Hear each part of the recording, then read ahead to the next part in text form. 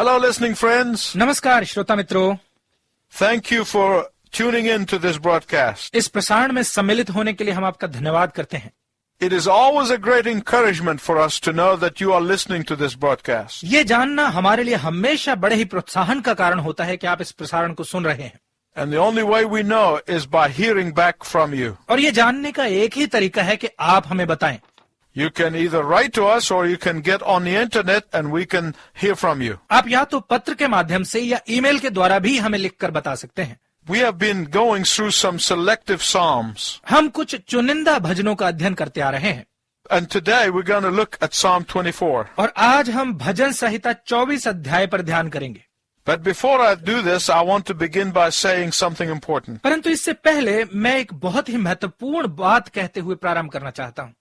There is one emotion that is enjoyed by children and adults alike. एक ऐसा एहसास या भाव है जिसका बच्चे और बड़े दोनों एक समान आनंद लेते हैं। Now, children tend to be a little bit more exuberant than adults about this emotion. अब बच्चों की प्रवृत्ति है कि वो इस भाव या एहसास को लेकर थोड़े ज्यादा ही उल्लासित होते हैं। What is it? ये एहसास क्या है? The joy of reunion with a loved one after a period of separation. ये है कुछ समय तक दूर रहने के बाद अपने प्रियजनों से दोबारा मिलना। I remember when my children were small and I was traveling overseas a great deal. मुझे याद है जब मेरे बच्चे छोटे थे और मैं बहुत अधिक यात्रा करता था। It was such a great joy to come home to the exuberance and the welcome of our children. तो वापस आकर अपने बच्चों के द्वारा स्वागत पाना और उनका उल्लास बहुत ही आनंदित करता था। Now, adults also feel that exuberance, बड़ों में भी वैसा ही उल्लास होता है, but they don't show it like children do. परंतु वो बच्चों के समान इसे दिखाते नहीं हैं। And the reason I'm saying this is because of Psalm 24. और मेरा ये सब कहने का कारण है भजन 24 अध्याय। Psalm 24 is a psalm of an emotional reunion. भजन संहिता 24 अध्याय एक भावात्मक पुनर्मिलन का भजन है। And it is expressed in a childlike exuberance. और इसे एक बच्चे समान उल्लास के साथ व्यक्त किया गया है। Not in reservation like those who are uncertain of their faith, न कि झिझकते हुए उनकी तरह जो अपने विश्वास को लेकर अनिश्चित हैं, but in a childlike trust and confidence in the Lord. परंतु प्रभु में एक बच्चे समान विश्वास और भरोसे के साथ। It is not surprising that Jesus often used a child as an example. इसलिए आश्चर्य नहीं है कि यीशु ने अक्सर बच्चे के उदाहरण का प्रयोग किया। He often referred to a child's faith, trust, and innocence. उसने अक्सर एक बच्चे के विश्वास, भरोसे और भोलेपन का जिक्र किया। Let me put Psalm 24 in its historical context. मैं भजन 24 की ऐतिहासिक पृष्ठभूमि के बारे में बताता हूँ। The people of God have lost their Ark of the Covenant to the Gentiles. परमेश्वर के लोग वाचा के संदूक को अन्य जातियों के हाथ खो चुके थे। And the Ark of the Covenant, for those of you who do not know, is a box. और आप में से जो नहीं जानते हैं, वाचा का संदूक एक संदूक है। Inside this box, इस संदूक के अंदर God told Moses to put the 10 Commandments plus a jar of the manna and his staff. परमेश्वर ने मूसा से 10 आज्ञाएं, एक मन्ने का डिब्बा और उसकी लाठी रखने के लिए कहा। And to keep it in the middle of the people in the tent where God will show up. और कहा कि इस संदूक को तंबू में लोगों के बीच में वहां रखा जाए जहां परमेश्वर को प्रकट होना होता था। The ark was a symbol of the presence of God in the midst of his people. ये संदूक परमेश्वर के लोगों के मध्य में परमेश्वर की उपस्थिति का चिन्ह था। It was a very significant object. ये बहुत महत्वपूर्ण वस्तु थी। It represents God's presence. ये परमेश्वर की उपस्थिति को दिखाता था।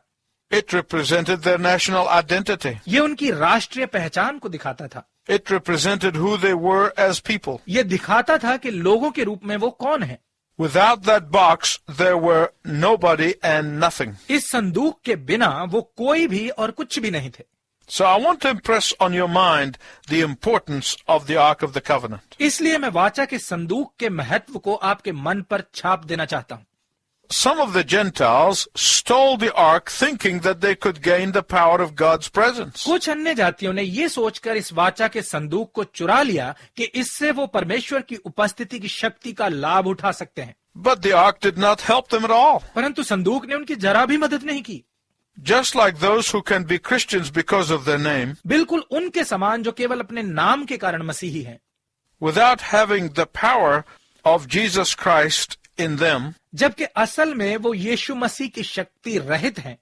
In the same way, the Ark of the Covenant outside of its context. इसी रीति से वाचा का संदूक भी अपने असल स्थान से दूर था।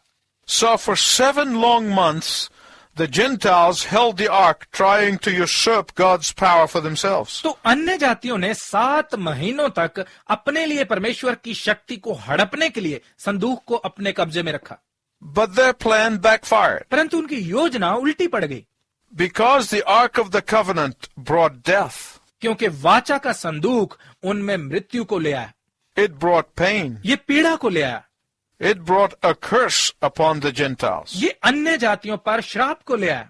So they decided to give it back to the people of God. तो उन्होंने इसे परमेश्वर के लोगों को वापस देने का फैसला किया। So the Ark of the Covenant comes into their midst again. तो वाचा का संदूक उनके पास वापस आ जाता है, And the people of God were celebrating with thanksgiving again. और परमेश्वर के लोग फिर से धन्यवाद के गीतों के साथ जश्न मना रहे थे। In Psalm 24, भजन संहिता 24 अध्याय में David wrote that they rejoiced at the return of that sacred object. Dawood ने लिखा कि उन्होंने उस पवित्र वस्तु की वापसी का आनंद मनाया। If you have a Bible, please turn to Psalm 24. यदि आपके पास बाइबल है तो कृपया इसे भजन संहिता 24 अध्याय पर खोलिए। Let's read the psalm together. आइए इस भजन को मिलकर पढ़ते हैं। पृथ्वी और जो कुछ उसमें है यहोवा ही का है, जगत और उसमें निवास करने वाले भी, क्योंकि उसी ने उसकी नींव समुद्रों के ऊपर दृढ़ करके रखी और महानदों के ऊपर स्थिर किया है।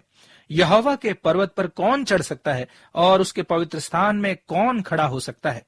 जिसके काम निर्दोष और हृदय शुद्ध है, जिसने अपने मन को व्यर्थ बात की ओर नहीं लगाया और न कपट से शपथ खाई है, वह यहोवा की ओर से आशीष पाएगा और अपने उद्धार करने वाले परमेश्वर की ओर से धर्मी ठहरेगा। ऐसे ही लोग उसके खोजी हैं, वे तेरे दर्शन के खोजी याकूब वंशी हैं। हे फाटकों, अपने सिर ऊंचे करो, हे सनातन के द्वारों ऊंचे हो जाओ, क्योंकि प्रतापी राजा प्रवेश करेगा। वह प्रतापी राजा कौन है? परमेश्वर जो सामर्थी और पराक्रमी है, परमेश्वर जो युद्ध में पराक्रमी है। हे फाटकों, अपने सिर ऊंचे करो, हे सनातन के द्वारों तुम भी खुल जाओ, क्योंकि प्रतापी राजा प्रवेश करेगा। वह प्रतापी राजा कौन है? सेनाओं का यहोवा वही प्रतापी राजा है। David wanted to build a temple for the Lord. Dawood परमेश्वर के लिए एक मंदिर बनाना चाहता था, And David could not build the temple और दाऊद मंदिर नहीं बना सकता था, because God said to him, your hands are too blooded in war. क्योंकि परमेश्वर ने उससे कहा था कि तेरे हाथ युद्ध के कारण लहू से भरे हुए हैं। I will let your son Solomon build the temple. मैं तेरे पुत्र सुलेमान को मंदिर को बनाने दूंगा। So after the temple was built, तो मंदिर के बनने के बाद the priest decided that certain psalms belonged to certain days. याजकों ने निर्णय किया कि कुछ खास भजन कुछ खास दिनों से संबंधित हैं, And in the temple, they would sing certain psalms on certain days. और वो मंदिर में इन खास भजनों को खास दिनों में गाया करते थे। Let me give you some examples. मैं आपको कुछ उदाहरण देता हूँ। On Wednesdays, बुधवार को they would sing Psalm 94. वो भजन 94 गाते थे। Then on Fridays, फिर शुक्रवार को they would sing Psalm 93. वो भजन 93 गाते। On Sundays, रविवार के दिन they would sing Psalm 24. वो भजन 24 गाते। Think about this, my listening friend. This is very important. मेरे श्रोता मित्र, इस बारे में सोचिए, ये बहुत ही महत्वपूर्ण है। Every Sunday in the temple, they sing Psalm 24. हर रविवार को मंदिर में वो भजन 24 गाते हैं। Do you know what that means? आप जानते हैं इसका क्या मतलब है? It means that when Jesus was entering into Jerusalem on the day which we call Palm Sunday, इसका अर्थ है कि जब यीशु उस दिन यरूशलेम में प्रवेश कर रहा था, जिसे हम खजूरी रविवार कहते हैं, the priests in the temple were singing this song, Psalm 24. तो मंदिर के याजक इस भजन 24 को गा रहे थे। Isn't that wonderful? क्या यह अद्भुत नहीं है? On the day that the Lord Jesus Christ tore away the bars of death, उस दिन जिसमें यीशु ने मृत्यु की सलाखों को तोड़ डाला, on the day he marched out of the tomb, उस दिन जिसमें वो कब्र से बाहर निकल आया, The temple choir was getting ready to sing Psalm 24. मंदिर की गीत गाने वाली मंडली भजन 24 को गाने की तैयारी कर रही थी। So you can understand the power of this psalm. तो आप इस भजन की शक्ति को समझ सकते हैं। Let's look at it under 3 headings. आइए इसे 3 शीर्षकों के तहत देखते हैं। First, पहला, in verses 1 and 2, 1 और 2 पद में we see the Lord's ownership of the universe. हम पृथ्वी पर प्रभु की प्रभुता को देखते हैं। Secondly, दूसरा, verses 3 to 6, 3 से 6 पद we see that the Lord's offer is the ultimate. हम देखते हैं कि प्रभु का निमंत्रण अंतिम है। Thirdly, तीसरा, verses 7 to 10, 7 से 10 पद we see the Lord's overcoming to be unavoidable. हम प्रभु की विजय को अटल देखते हैं। Let's look first at the Lord's ownership of the universe. आइए सबसे पहले पृथ्वी पर प्रभु के प्रभुत्व को देखते हैं। Look at verses 1 and 2. 1 और 2 पद को देखिए। The earth is the Lord's and the fullness thereof. पृथ्वी और जो कुछ इसमें है यहोवा ही का है। Some of you probably are saying, doesn't the earth belong to Satan? आप में से कई शायद कह रहे होंगे, क्या पृथ्वी शैतान की नहीं है? Doesn't the Bible call him the prince of the air? क्या बाइबल उसे हवा का राजकुमार नहीं कहती? Doesn't the Bible call him the prince of this world? क्या बाइबल उसे इस संसार का राजकुमार नहीं कहती? I'm going to explain this to you in a minute. मैं 1 मिनट में इसे विस्तार से बताऊंगा। The Lord's territorial claims are to the ownership of all of the galaxies of the universe. प्रभु के क्षेत्रीय दावे ब्रह्मांड की सभी आकाश गंगाओं के प्रभुत्व से संबंधित है।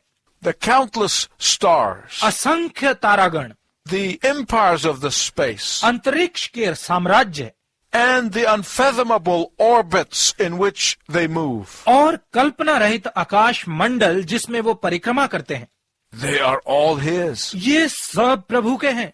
One galaxy in the midst of 100 million galaxies is the Milky Way. लाखों आकाश गंगाओं के बीच में एक आकाश गंगा का रूप दूधिया मार्ग की तरह है। 600 billion miles of stars. Lakh अरबों मील तारों का लंबा मार्ग, And they are all his. और ये सब उसी के हैं। He owns it all. वो इन सब का मालिक है। Some 30,000 light years from the center of the disk is a modest-sized planet which we call the sun. चक्र के केंद्र में से कुछ 30,000 प्रकाश वर्ष की दूरी पर है एक औसत आकार का ग्रह जिसे हम सूर्य कहते हैं। The sun spins around the hub of its universe, carrying with it a family of baby planets. सूर्य अपने साथ छोटे छोटे ग्रहों के एक परिवार को लेकर ब्रह्मांड के केंद्रीय धुर्रे के चक्र लगाता है। Imagine it this way. इसी की कल्पना इस प्रकार से करें। They are spinning around like children holding onto their mother's skirt. वो ऐसे घूमते हैं जैसे कुछ बच्चे अपनी माँ के वस्त्र के छोर को पकड़कर उसके चारों ओर घूमते हैं। And that mother and her children make their orbit around the center of the galaxy once every 200 million years. और वो बच्चे और उनकी माँ करोड़ों वर्ष में एक बार आकाश गंगा के केंद्र के चारों ओर अपने आकाश मंडल को बनाते हैं। And God owns it all. और ये सब परमेश्वर का है। One of these baby planets hold onto the mother's skirt is called planet Earth. माँ के वस्त्र को पकड़े हुए इन बच्चा ग्रहों में से एक ग्रह को धरती ग्रह कहा जाता है। C.S. Lewis calls it the silent planet. C.S. Lewis इसे मौन ग्रह पुकारता है। And the reason he calls Earth the silent planet और उसका इसे मौन ग्रह पुकारने का कारण यह है is because he visualized the stars and the planets making merry music. क्योंकि उसने कल्पना दृष्टि से सितारों और ग्रहों को सुहावना संगीत पैदा करते देखा as they scurry around the throne of God, परमेश्वर के सिंहासन के चारों ओर घूमते हुए, except for one सिर्फ एक ग्रह को छोड़, that he calls the silent planet, इसी को वो मौन ग्रह पुकारता है because it has no song. क्योंकि इसके पास कोई गीत नहीं है। It is a planet that is diseased and sick. ये ऐसा ग्रह है जो रोगी और बीमार है। Others called it the sobbing planet कईयों ने इसे सुबकता हुआ ग्रह पुकारा है because it is filled with cries of agony and bloodshed of innocent lives. क्योंकि ये निर्दोषों के लहू और संताप की दोहाइयों से भरा हुआ है। It is filled with sin and guilt. ये पाप और दोष से भरा हुआ है।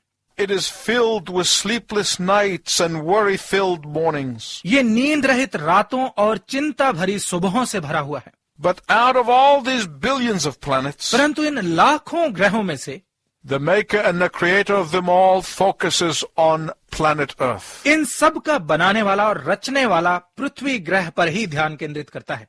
The earth is the Lord's and the fullness thereof. पृथ्वी और जो कुछ इसमें है यहोवा ही का है।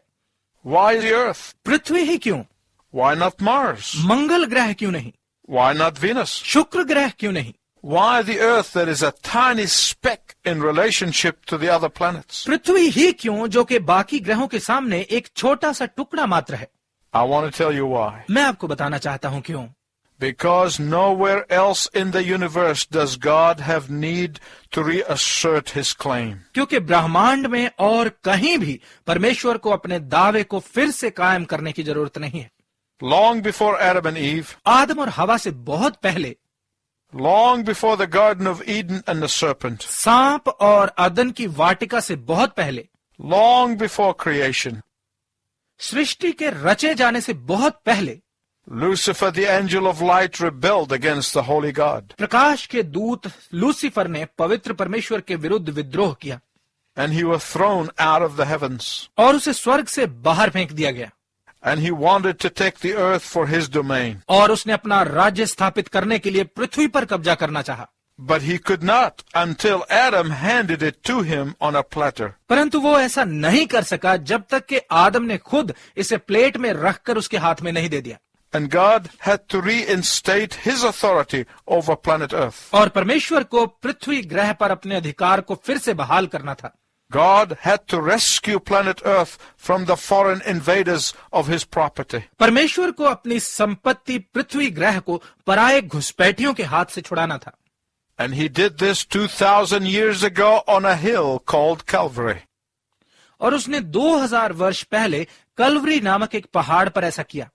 The earth is the Lord's. पृथ्वी यहोवा की है। No matter what the atheists say, नास्तिक चाहे कुछ भी कहें, the earth is the Lord's. पृथ्वी यहोवा की है। No matter what the agnostics say, अजनयवादी चाहे कुछ भी कहें, the earth is the Lord's. पृथ्वी यहोवा की है। No matter what the scientists say, वैज्ञानिक चाहे कुछ भी कहें, the earth is the Lord's. पृथ्वी यहोवा की है। He rescued it. उसने इसे छुड़ाया है। He arrested it for his ownership. उसने अपने स्वामित्व के लिए इसे पकड़ा है। The Lord's ownership of the universe. पृथ्वी पर प्रभु का स्वामित्व। Secondly, दूसरा, the Lord's offer is the ultimate. प्रभु का निमंत्रण अंतिम है। Look at verse 3 of Psalm 24. भजन संहिता 24 अध्याय के 3 पद को देखिए। Who may ascend to the hill of the Lord? यहोवा के पर्वत पर कौन चढ़ेगा? Who may stand in his holy place? उसके पवित्र स्थान में कौन खड़ा हो सकता है? Do you know the answer to that question? क्या आप इस प्रश्न का उत्तर जानते हैं? The answer is no one. उत्तर है कोई नहीं जानता। Not you, not me, no one. ना आप, ना मैं, कोई नहीं। No one is good enough to stand before God. कोई भी परमेश्वर के सन्मुख खड़े होने के योग्य नहीं है। No one is righteous enough to stand before God. कोई भी इतना धर्मी नहीं है कि परमेश्वर के सामने खड़ा हो सके।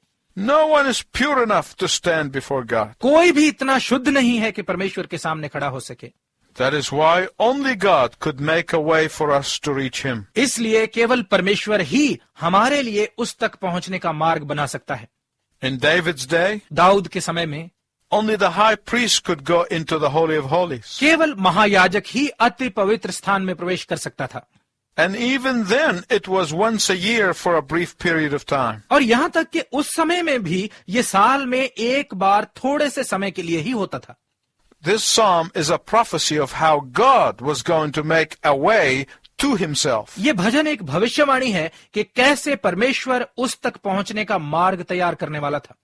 This is a prophecy of the coming Messiah. ये आने वाले मसीह की भविष्यवाणी है। A prophecy of the Lord providing an open invitation. प्रभु के द्वारा खुले निमंत्रण की भविष्यवाणी। The Lord is giving an opportunity for everyone who wants to come. प्रभु हर किसी को जो उसके पास आना चाहता है एक अवसर दे रहा है। Verses 4 and 5 tell us who can come to God. 4 और 5 पद हमें बताता है कि कौन परमेश्वर के पास आ सकता है। My listening friend, listen very carefully as I will conclude. मेरे श्रोता मित्र, मेरे समाप्त करते हुए कृपया बहुत ध्यानपूर्वक सुने। I'm going to give you the qualification of those who can come to God. मैं आपको उनकी योग्यता बताने जा रहा हूं जो परमेश्वर के पास आ सकते हैं। And I want to tell you that the invitation is not just once a year like it was in the Old Testament. और मैं आपको बताना चाहता हूं कि ये निमंत्रण सिर्फ साल में एक बार नहीं है जैसा कि पुराने नियम में था। It is not for just a brief period of time. ये कोई थोड़े से समय के लिए नहीं है, And certainly it is not in fear and terror. और निश्चय ही भय और आतंक में तो बिल्कुल नहीं। It is not in uncertainty and doubt. ये अनिश्चितता और संदेह में दिया गया निमंत्रण नहीं है। And here are the qualifications of those who can come to God now. और ये हैं उनके लिए योग्यताएं जो इसी समय परमेश्वर के पास आना चाहते हैं। Those who are justified before God. जो परमेश्वर के सामने धर्मी ठहराए जाते हैं। All those who have been washed by the blood of the Lamb, Jesus Christ. वो सब जो यीशु मसीह मेमने के लहू से धोए गए हैं। Those whose sins are forgiven and forgotten. वो जिनके पाप क्षमा किए गए और भुला दिए गए हैं। Those whose outward life reflects their inward pure hearts. वो जिनका बाहरी जीवन उनके शुद्ध हृदय को दिखाता है। Those who have clean hands that reflect their inward integrity. वो जिनके हाथ शुद्ध हैं और उनकी अंदरूनी सच्चाई को दिखाते हैं। Those who love God and not the world. वो जो संसार से नहीं परंतु परमेश्वर से प्रेम करते हैं। Those who live for God, not for themselves. वो जो अपने लिए नहीं परंतु परमेश्वर के लिए जीते हैं। Those who set their hearts on things above where Christ is, not on things below. वो जो अपने हृदय ऊपर की ओर लगाते हैं जहां मसीह है, न कि नीचे की ओर। Those who have been sanctified because they have already been justified. वो जो पवित्र किए गए हैं क्योंकि वो पहले ही धर्मी ठहराए जा चुके हैं। Those are the qualifications for those who can come to Him. ये हैं योग्यताएं उनके लिए जो परमेश्वर के पास आ सकते हैं। Are you a person whose sin has been washed in the blood of Jesus Christ? क्या आप ऐसे व्यक्ति हैं जिसके पाप यीशु मसीह के लहू से धुल चुके हैं? Are you prepared to enter into heaven's gate? क्या आप स्वर्ग के द्वार में प्रवेश करने के लिए तैयार हैं? If you die today, would you go to heaven? यदि आज ही आपकी मृत्यु हो जाए तो क्या आप स्वर्ग जाएंगे? Do you have His assurance? क्या आपके पास उसका निश्चय है? If you don't today, you can ask Him, यदि नहीं है तो आज ही आप उससे मांग सकते हैं and He will make it possible for you. और वो इसे आपके लिए संभव बनाएगा। Until next time, I wish you God's richest blessing. अगली बार तक मैं आपके लिए परमेश्वर की उत्तम आशीष की कामना करता हूं।